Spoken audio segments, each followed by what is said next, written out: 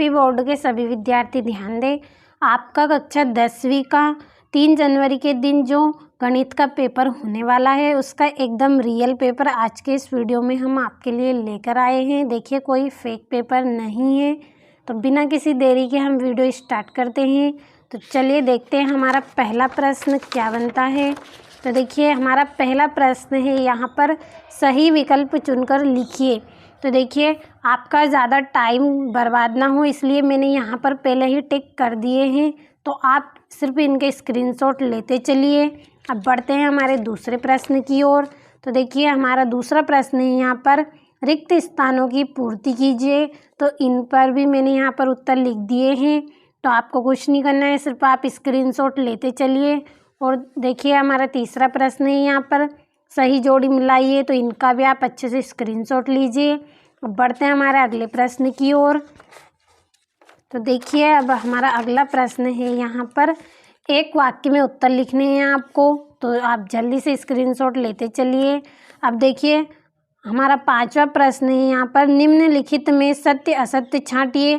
आप अच्छे से स्क्रीनशॉट लीजिए। अब देखिए, हमारा छठा प्रश्न है, यहाँ पे अभाज्य गुणनखंड विधि द्वारा 96 और 404 का HCF ज्ञात कीजिए, फिर इनका LCM ज्ञात कीजिए। तो देखिए, ये प्रश्न 2 नंबर का है।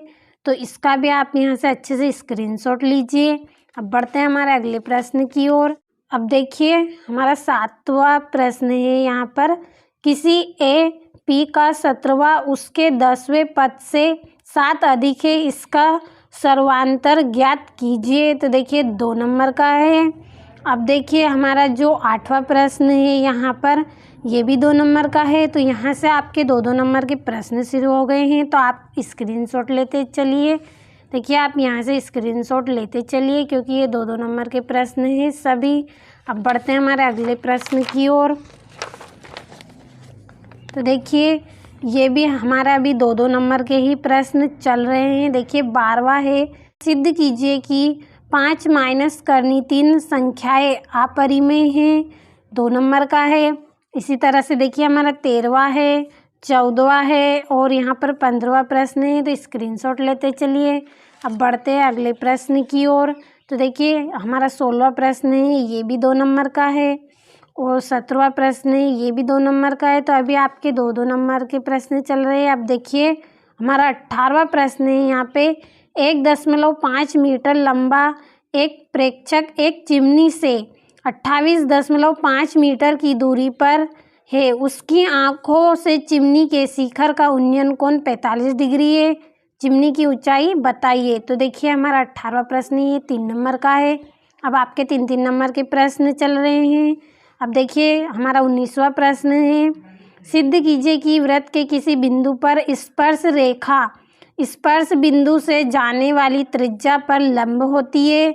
तो देखिए, 3 नंबर का है। आप अच्छे से स्क्रीनशॉट लीजिए, उन प्रश्नों को ध्यान से पढ़िए।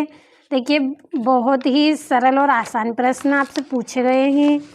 देखिए, हमारा 20वां प्रश्न है, एक छतरी में 8 ताने हैं जो बराबर दूरी पर लगे हैं। छतरी को 45 सेंटीमीटर त्रिज्या वाला एक सपाट वृत्त मानते हुए 2 क्रमागत तानों के बीच का क्षेत्रफल ज्ञात कीजिए। 3 नंबर का है।